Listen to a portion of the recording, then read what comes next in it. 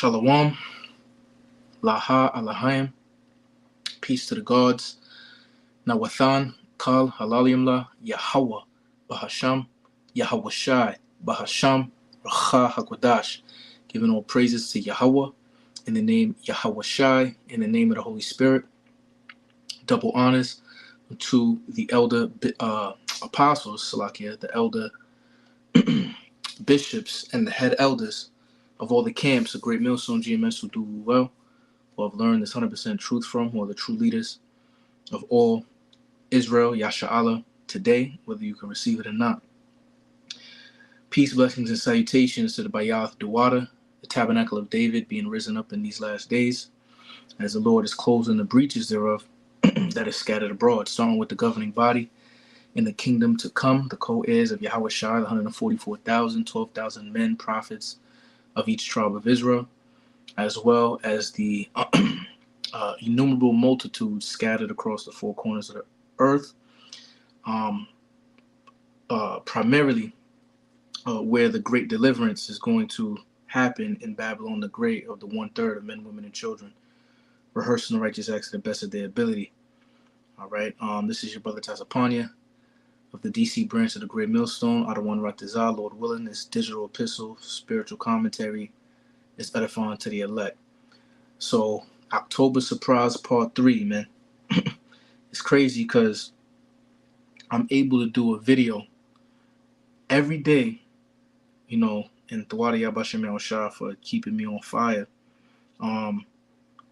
But, you know, the scriptures say to be a watchman and to warn the people from him being Yahweh Basham Yahushai. And so many things is going on and so many things could be happening in these future events. And we're not talking years down the line. We're talking weeks now, not months. We're talking weeks now. And honestly, days. Because, you know, it's September 25th, 2024, the hopeful year of Jacob's trouble. All right. So, in the thumbnail, I got talking about the pact of the future. So they shot down the U.S. selling over the sovereignty to the UN in the General Assembly in New York City with all the United Nations and all that to give it over to the Hudat. All right, the so-called global medicine type of people, pseudoscience. But they accepted the pact of the future. All right, so it seems like some Hegelian dialectic to me, and they're saying that this pact of the future that all of these 159 nations went with is more egregious than what the Hudat was trying to push. If they would have had, Babylon the Great, the Virgin Daughter of Babylon, which is the United States, sign their sovereignty over unto them. All right, but before we even get to that, we're going to talk about this supply chain strike that's supposed to be global. I'm hearing there's talks of it being global, but it's mainly starting with the Gulf port workers in the East Coast, and they're saying it's supposed to spread, and it's doing to wages. All right, like in James 5, it says, "For you," let's get it real quick. This is the book of James. Let's see here. John, Jude, Hebrews, Peter. Where you at? James 5 and 4. It says, "Behold, the hire of the laborers who have reaped down your fields, all right, which is of you kept back by fraud, you see, crieth, and the cries of them which have reaped are entered into the ears of the Lord of Sabaoth." All right. So these international banking families owning all of the industries of the world, all right, they're keeping back the pay for the field workers, those that is, the blue collar workers, by fraud. And the main shit of that is taxation. And then it's going to do nothing but increase it. So I'm going to let this play. Then we're going to talk about that pact of the future. And then we're going to close it out. What's up, guys? John here. Imagine a scenario where our supply chains grind to a halt. It's going to have a massive impact on the supply chain disruptions, slowing production. Well, that's a scenario that's set for October 1st, if this unfolds. We do know that global energy systems, food systems, and supply chains will be deeply affected. 45,000 workers are set to stop going to work at 36 ports throughout America. Major strike impacting the Port of Baltimore and a lot of other ports along the East Coast could start in a matter of days. And that could shut down 5 of the 10 busiest ports in North America. The focus is on two things, Dee Dee: better pay and a ban on the automation of cranes, gates, also container movements. Which would grind autos, machinery parts to a halt, agriculture to a halt. If you're talking, everything from meats to eggs to furniture to clothes, everything would just stop. The White House made an announcement, and they said that the White House said it's not trying to help broker a deal, as it did last year during the West Coast talks. The Biden administration official said the president would not use his federal powers to block a strike. So we have this scenario that is unfolding that is just going, mega viral. Except this came out this morning, about an hour and a half ago, saying that this is going to impact 100,000 jobs. So 45,000 employees, but indirectly over 100,000 jobs. Now, this strike is happening alongside of the Stellantis strike, and there's strikes happening across almost every industry. Teachers' unions talking about going on strike. Volkswagen's laying off 15,000 people, some saying closer to 30,000. There's layoffs and strikes happening across every single industry right now. But the most concerning is our food. The most concerning is the supply chains, because when this starts to, unfold, people go to grocery stores and they see there's less on the shelf. You're going to see a different type of American, right? You're going to see a concerned type of American that's willing to do whatever it takes. I hope this isn't the case. I really do. But when you look at the world that we live in a pretty insane world. If 2019 were, here and you told people, hey, this was going to happen in 2020, in 2021, 2022, people would have said, you're insane, you're crazy, it's not happening, never in America. Well, every year, every month, every week, things get crazier and weirder. And I wouldn't put it past us at this point to walk into this type of storm, especially considering that we have a really, really big event scheduled for November. You have the election coming up. You have a lot of people on edge. And I think that, we're walking into a chaotic type of scenario, possibly. And I'm going to break this down for you. I'm just going to show you the facts of what they're saying. And at the end, you can form your own opinion as to what you think is unfolding in America right now. Please hit the like button. When you do, YouTube will share the content, educate more people about what's happening in the U.S. economy.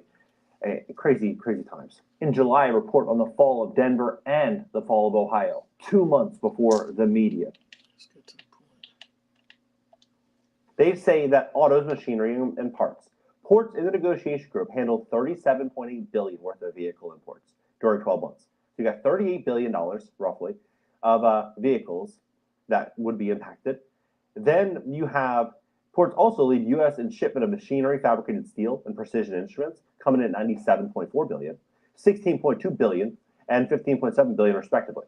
Then agriculture. They say 3/4 of the nation's bananas imports from countries like Guatemala and Ecuador landed ports in the East and Gulf Coast, says Jason Miller, right? Then you even have $18 billion a year U.S. beef and pork export market, and $5.8 billion poultry and egg exporter sector relies on refrigerated containers that cannot sit idle for long. About 45% of waterborne U.S. pork exports and 30% of beef exports were shipped via East Coast and Gulf Coast ports in the 7 months of this year. More than a quarter of U.S. eggs and egg product exports and around 70% of poultry meat exports shipped from ports along the East and Gulf Coast, according to customs data and U.S. poultry and egg export. You have consumer goods, furniture valued at $23.4 billion. You have apparel at $32.8 billion.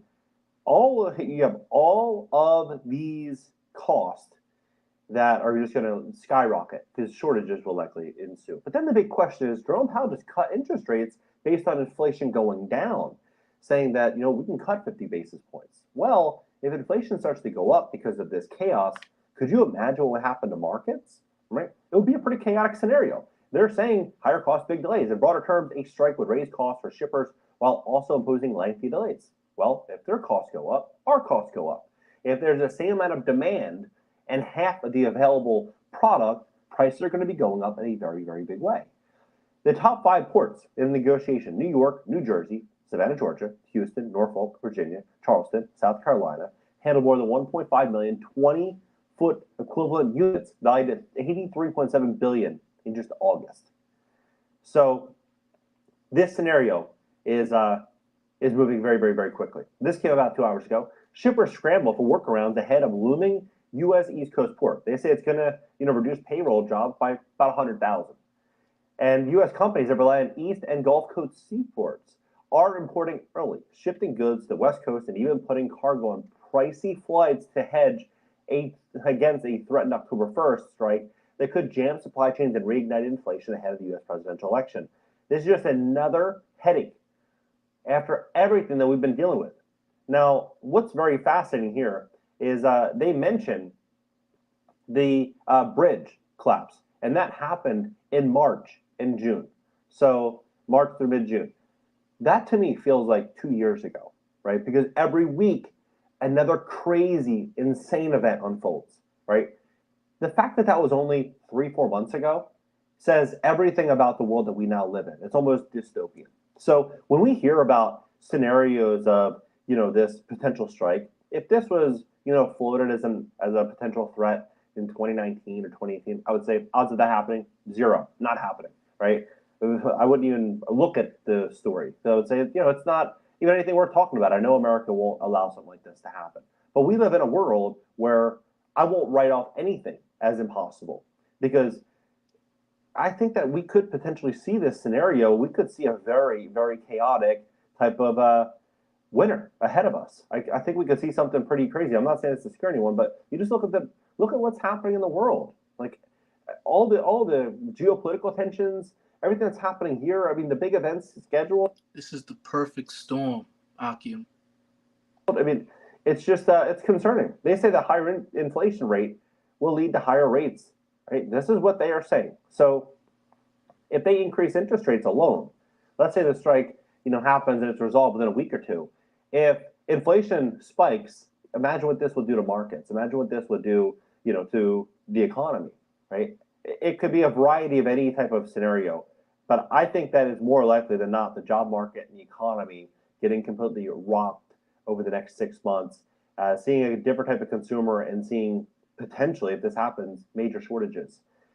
Now, unions represent 16.2 million workers, and they were growing over the last couple of years. And so when they're representing 16.2 million workers, and you see all these major unions saying, strike, strike, you deserve more money, you deserve this, you deserve that. That's a scenario that if you're a corporation, you were looking to fire 5,000, 10,000 workers or more, paying, severance and paying all these bonuses to these people for people to leave, and dealing with all the lawsuits and litigation from all these, attorneys representing these groups of employees, wouldn't it be easier if they just went on strike? If they just, they demanded some type of pay raise, 40, 50%. You say, you know what, I'll do 30%. They say no, 50, and then you end up letting them go, and you don't have to pay them. It'd be nice if you were the CEO, right? But you're seeing these strikes unfolding, and you're seeing people getting laid off in mass. So supply chains are in question. Big corporations are laying off by the tens of thousands, some of them. You have teacher unions going on strike, talking about strikes. You have, even truckers saying that if this shipping situation unfolds, it'll be a nightmare. They'll be out of a job. We'll probably see more, unions and strikes happening instead of freight. You have U.S. hotel workers strike 10,000. This was September 1st. This was 24 days ago. It feels like that was 2 months ago, right? And another 1,800 went on strike yesterday in Hawaii, in a village. You have Boeing, they're talking about, and here they even mentioned the Boeing strike, saying that that this scenario, a prolonged strike alongside ongoing strike by 30,000 machinists at Boeing, has already started to ripple through the aircraft maker's supplier network, could put a dent in the U.S. job market next month at a critical moment. Economists at Oxford Economics last week estimated that 2 labor actions could reduce payrolls by 100,000 jobs. And I'm gonna say this too. Uprisings of the people throughout all civilizations, for the most part, has always been started because of financial woes and not being able to take care of their families. If they stretch into October. For Sanchez, it was the biggest supply chain setback after a bridge collapse cut off most access to the Baltimore port in March and mid-June. Things are just starting to get back to normal. Now he's working on a plan to put shipments on trains to West Coast ports should ILA's members go on a prolonged strike at ports that stretch from Maine to Texas and handle about half of U.S. ocean trade, right? So you're seeing all this. You're seeing these strikes at Boeing. You're seeing, even Stellantis saying they're talking about going on a strike October 18th. They're even laying off employees 18 hours ago, 52 minutes ago, right? We're walking into something. Everyone. We are not walking. We're not running. You in like a 1,500 horsepower project car, twin turbo. You feel me? Violating, doing 300 miles per hour straight into shit hitting the fan. That's what we doing. Sees it at this point. Everyone is feeling a little on edge. They're looking out at the world, saying, what's going to happen next? I'm not sure if it's going to be this strike. I'm really not.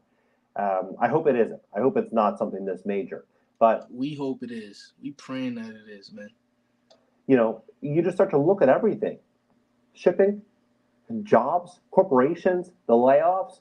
The upcoming election. You have all this in the air right now. I wonder how this is going to unfold. I'm curious. What do you think? Do you think we could see, at the very least, if this does happen, inflation spike and possibly rates go up, or some type of major shift unfold in the market because of it? Let's have a conversation. Yeah. So I'm gonna put these couple scriptures out, and then we're gonna go to the next one for sake of time. Let's see here. This is the book of 2nd Esdras, chapter 16 and verse 17 through 21. It says, "Woe is me, woe is me." Woe means destruction. "Who will deliver me in those days?" And Ezra saw the days that we're in right now, the last days, through the Spirit. Verse 18, "The beginning of sorrows." Didn't Yahushua say the same thing? "And great mournings, the beginning of famine and great death, the beginning of wars, and the powers shall stand in fear. The beginning of evils. What shall I do when these evils shall come? Behold, famine and plague, tribulation and anguish are sent as scourges for amendment." See, all these things the Lord is about to bring upon this place, and people still not going to repent. And I'm talking about you so-called Negro, Latino, Native Americans, man. All right? Scattered across the, the four corners of the earth, but, big time here in Babylon, the Great America, man. All right? Let this shit really come down, and we pray this shit happen and hyperinflation hit. And watch, you'll see a bunch of TikToks of women crying, and I can't feed my kids, and this shit costs too much, and these niggas is striking, and I ain't got no job. And watch them niggas is still eating pork and shrimp and fucking doing all type of sexual perversion against the laws, and doing, still wanting to observe, Babylonian holidays, and still want to call on the false gods. It's crazy. Verse 20, "But for all these things, they shall not turn from their wickedness," see, "nor be always mindful of the scourges." Exactly. Verse 21, "Behold, victuals," which is your food, your provisions, "shall be so good cheap upon earth," like it is, right now, "that they shall think themselves to be in good case. And even then shall evils grow upon earth, sword, famine, and great confusion." Because I bet you if nobody know about this port strike except for the watchmen, the so-called truthers, but mainly, us in this truth, Israelites, all right, we gonna know why shit is getting expensive. These other niggas gonna be confused. What the fuck going on? Then they gonna have to learn from it, from talks and social media and shit of what's going on. You feel me? Because these niggas don't even watch the mainstream news media, man. All right, one more scripture. This iPad done froze, man. What the fuck,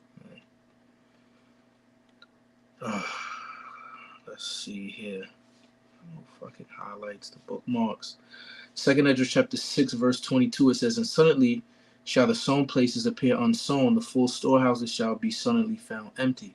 Right? Because if shit get crazy, and then the first thing that's gonna go is in grocery stores, man. All right. If no food is coming because the ports didn't stop. All right. So now let's go to the next thing of this October surprise that could happen, very likely.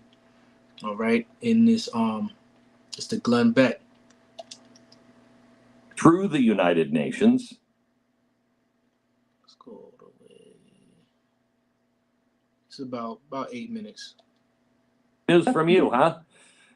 Thank you for watching this so closely. First of all, explain what the Summit of the Future was.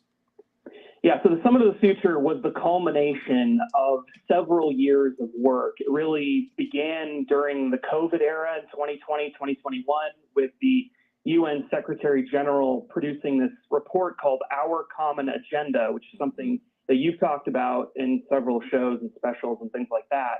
And so the culmination of all of that was this Summit of the Future that they just held over the weekend prior to the start of their General Assembly. As you noted, there were 3 agreements, all of which came out of Our Common Agenda: Pact for the Future, Declaration of Future Generations, Global Digital Compact. All of this is meant to dramatically expand the power and influence of the United. He's going to break down when he said Global Digital Compact. I want y'all to listen to that very closely, okay? Because remember, the UN with, the WEF are the ones that came together to say that they're going to accelerate the 2030 agenda, man.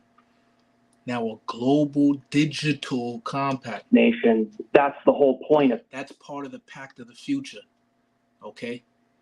it. And when I looked up the word pact in the etymology, it says a covenant. And it comes from, I think the root word I'm going off of, I got it right here. Matter of fact, let me look it up, Salakia, and I'm going to let them talk. And then we're going to get some scriptures and close it on out.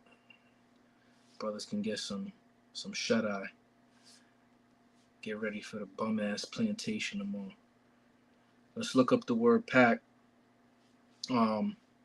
An agreement between persons or parties. Early 15th century from Old French pact, agreement, treaty, compact. 14th century. All right. So notice, pact and compact is one and the same. All right, because com is a derivative of con, which means with. So it means an agreement with. So that's why it's the same thing. So when they said Global Digital Compact, it literally means a global digital treaty or global digital agreement. All right, it says indirectly from the 14th century, Latin pactum, agreement, contract, covenant. All right, from the pi root pog, to fasten. You see that? So they tightening it up, man. They tighten this shit up, man. And I don't think it's a coincidence that they designed it. In fact, I know it's not a coincidence that they designed for all of this. They planned for it to be proposed and approved immediately before the 2024 U.S. presidential election. There's a reason for that, because this is about making sure that there are plans in place, infrastructure in place, if Donald Trump does not win this election, that will further the agenda of the Biden administration and sort of the Great Reset crowd moving forward, no matter who wins. So talk to me about the Pact for the Future. There are 3 separate parts, and you can look all of this up online, but give me the summary on the Pact for the Future. What is that? Yeah, so the Pact for the Future is a very large document, includes tons and tons of commitments by member nations. It was approved by basically the entire United Nations over the weekend, including the United States. In fact, Secretary Blinken yesterday afternoon gave a speech praising the Pact for the Future. So it includes all kinds of radical provisions. Probably the most important one, the one that we've been looking at most closely, is something called the Emergency Platform. The idea behind this is to give sweeping powers to the UN Secretary General in the event of a future, what they call global shock, which... You see that? Everything is global. You see what I'm saying? Global digital. They're preparing with this emergency protocol, whatever, for a global shock. This is why I said October Surprise Part 3. And I think I damn near made a series in the last 3 days, man. There's about 6 things, which is, spiritual in itself, major things that can happen in this next month, bro. You feel me? Imagine a global shock. The first thing that came to my mind was what? A global economic collapse. Maybe through a cyber attack that they have been predictively programming into the heads of the sheeple on this earth, man. Is not clearly defined in the document. The idea is essentially to expand the power of the Secretary General so that they can better manage at the UN international crises. Okay, so they had COVID in mind when they wrote this. So there is some good news on that. The document, the language for the document at the last minute, and I've been tracking the various revisions and versions and stuff, changed. And they took some of that emergency platform language out and replaced it with this vague promise to have the Secretary General develop a plan in the future. And so they essentially kicked the can down the road, I think, because that provision was becoming a little too controversial. Wait. This is so fascinating. So it was that the Secretary General could just say, this is an emergency, a global shock, and it is let's say, a financial shock. And You can't make this shit up. You can't make this shit up. Imagine if ATMs stopped working, not in America, but in the whole fucking bumbleclot world. Imagine, this shit would, ton up. This shit would, turn the fuck up to 40, nigga. And we've got to stop. And then the UN Security General would say, oh, this is an emergency. Everybody who is disagreeing with the central banks, we all have to stand by the central banks, and we have to do this and this. And he could dictate what happens in each country, could he not? That's the way it was originally written. It was really vaguely worded to give him sweeping powers. Correct. While also respecting national sovereignty. They would throw in language like that, but to give him sweeping powers in the event of an emergency. Right. Correct. Okay. Now, did they write this in the way the Democrats write things, where it's passed and it says pretty much at the time of implementation, and at the discretion of the secretary, such and such will happen? Did they write it that way, or does he actually have to come back and propose things, or is it at his discretion? He has to. So in the up until the very end, the draft was very specifically asking him to give, basically lay out the specific plans for an emergency platform. The final pass language says, this is the actual language. Consider, they want the Secretary General to consider approaches to strengthen the United Nations system response to complex global shocks within existing authorities, and ... It goes on and on and on. But in other words, we want you to re-propose all this stuff in the future. Okay. So it did not actually come into international law under this agreement. All right. So now, hang on just a second. One other thing. When we say it passed, there was no actual vote, right? It was, you could vote against it, which nobody did. Isn't that right? They do this a lot. They do this a lot at the United Nations, where they pass things by consensus, is what it's called, and it essentially is a way for them to pass things without having to formally vote for it. But it in essence passed. Yes. That is crazy. Okay. Yeah. So now the Declaration on Future Generations, what was that? And this one did not have anything removed from it, right? As far as I know, no. This is the most idealistic. So Declaration on Future Generations, watch what they have in store for, the youth them. This was the idea behind this, is to get younger people more involved in, think Greta Thunberg type, more involved in, their international agreements, creating a new position at the United Nations specifically for that purpose. all these vague commitments to socialistic policies about reducing inequalities between nations and battling climate change and stuff like that. But that one to me was the least objectionable of all of them, just because it was so idealistic and vaguely worded that I don't know how damaging it would be, to be totally honest. And the Global Digital Compact is the third. Now this is where I want y'all to listen up, because the Apostles of Great Millstone, starting with Elder Apostle Tahar on down, all right, have been pushing what Revelation chapter 13 verse 16 on down, the MOTB, all right, what the charagma is, which is the RFID CHIP and nothing else, all right. And we're literally seeing the vision speaking, okay, as it says in Habakkuk chapter 2. Part, and that passed. Yeah, this is the most damaging one, I think. I think this is the most disturbing one. This passed as well. Essentially, what this is meant to do is a few different things. It's meant to dramatically increase global governance of artificial intelligence. Global governance of artificial intelligence. This passed by consensus in the New York City UN General Assembly. They want to create a couple of different new organizations, an independent international scientific panel on AI and the Global Dialogue on AI Governance Program.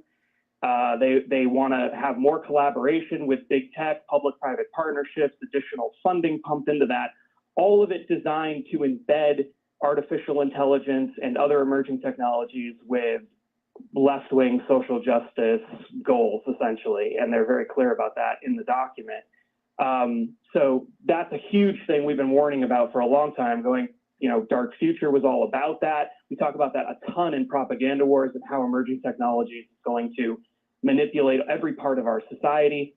And then, of course, misinformation, disinformation, a safe and secure internet, these kinds of things are riddled throughout the Global Digital Compact. This is probably the largest propaganda effort the UN is about to launch, the largest propaganda effort, I think, in modern history. You probably got to go back to like the Soviet Union or something before you're. You know how many bodies? What was that nigga name? Stalin. How many niggas Stalin killed out there in the Soviet Union, the early times or whatever? You feel me? Going to find something like this. They want to create all kinds of different collaborations with the media, with big tech companies to control the internet for misinformation, disinformation, hate speech, etc. So specifically, here's an example. Listen to this, man. Ears open. If you have an ear to hear, let him hear, man. This is from the agreement. This is what was actually approved. It's just one of many examples. Quote, provide, promote, and facilitate access to and dissemination of independent, fact-based, timely, targeted, clear, accessible, multilingual, and science-based information to counter mis and disinformation, strengthening independent and public media and supporting journalists and media workers. Obviously, we're talking about people who share in their values. So we're talking about creating fact-checking apparatuses at the United Nations, creating and disseminating these so-called fact-based, science-based assessments, which we learned during COVID and other eras that's just whatever the UN wants it to be. It isn't actually fact-based or science-based. And then collaborating with social media companies and big tech companies to make sure that the opposite side doesn't get to counter it. They're very clear about calling for social media companies to ramp up content moderation and make their platforms more secure and all this other stuff.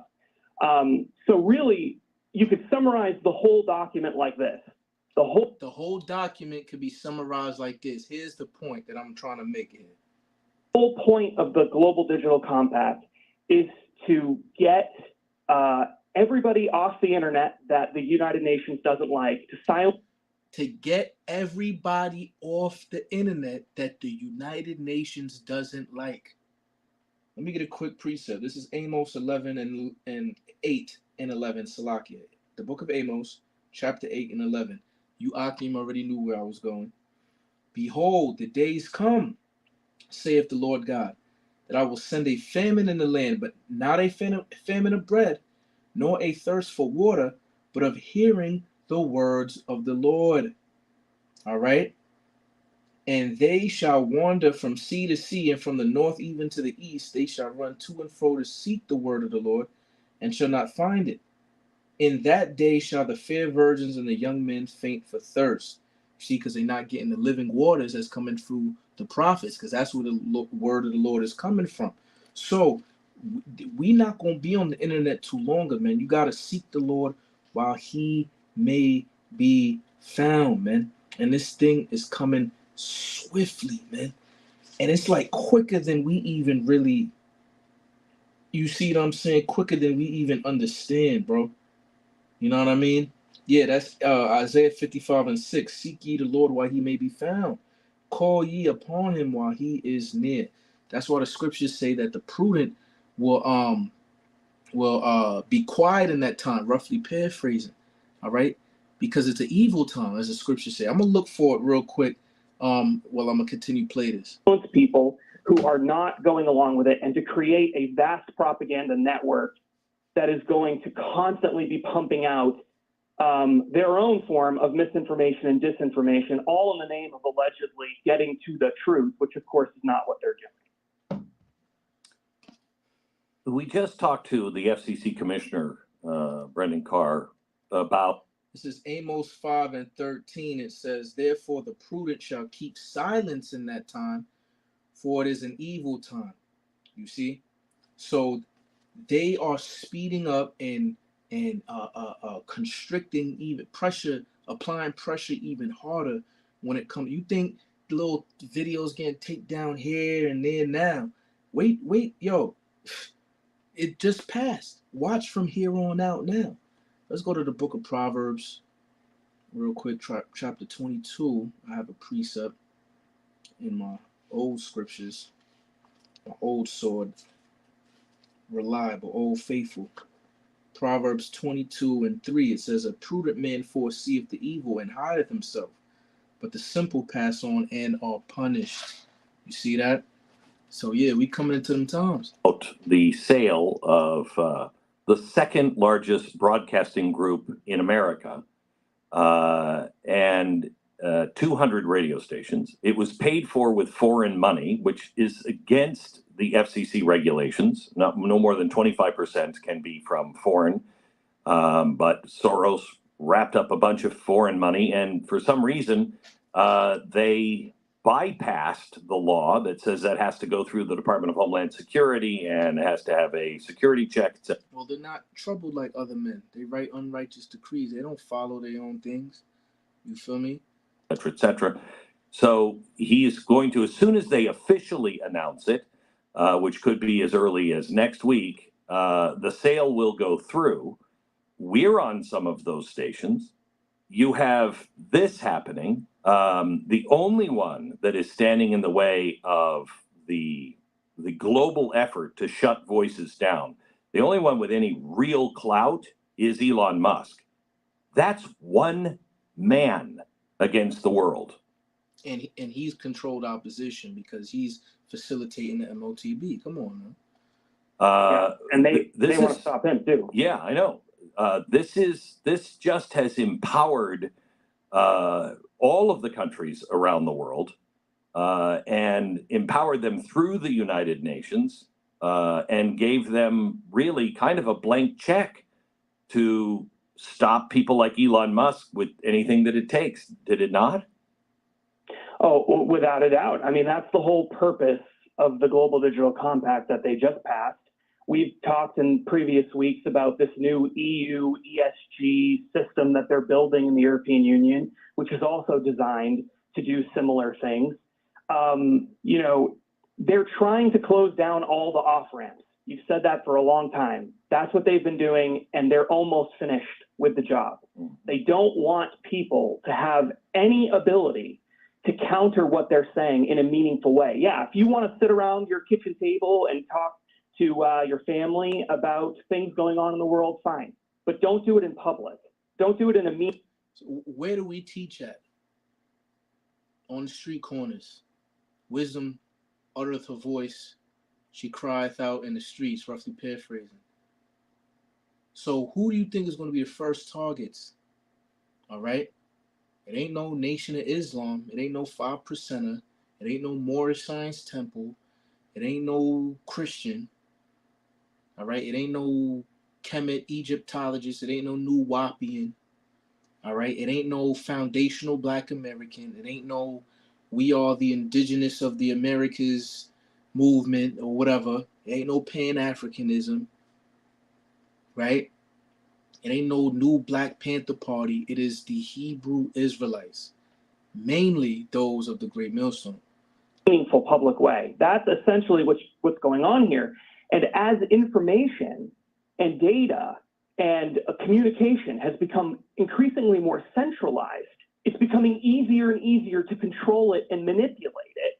And that is such a huge part of what's going on right now at the United Nations and elsewhere. It's really hard to stop, 1,000 newspapers. You know why it's hard to stop?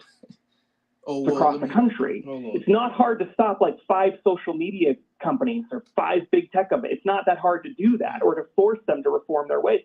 And that is exactly what's going on here.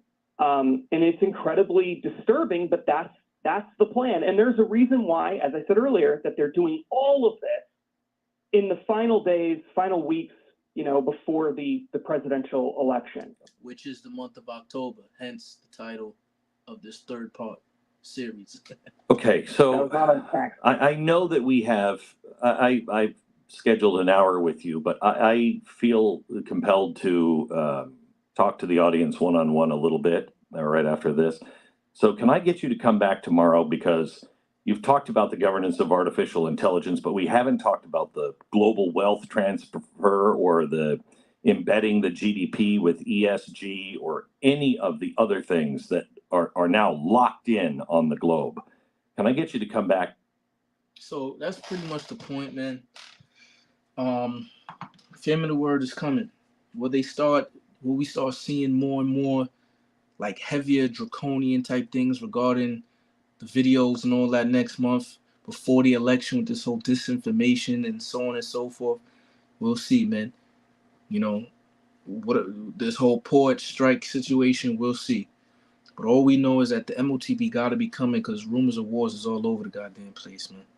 All right, so continue to throw up curses upon Babylon, man. Shalak, Kal, Rayam, La Babal, Babu Kushah, Babu Kushah, Babu Kushah, Ba'asham, Yahweh Shai, Thamyah, Tawab, Aman, man. Send all type of evils upon this place, man. Please, in Yahweh Shai's name, man. All right, on to the next one. Barakatah Yahweh, Barakatah Yahweh Shai. Yahweh Bashem Yashai Barakatam, everybody tuning in. On to the next one. Shalom, shalom.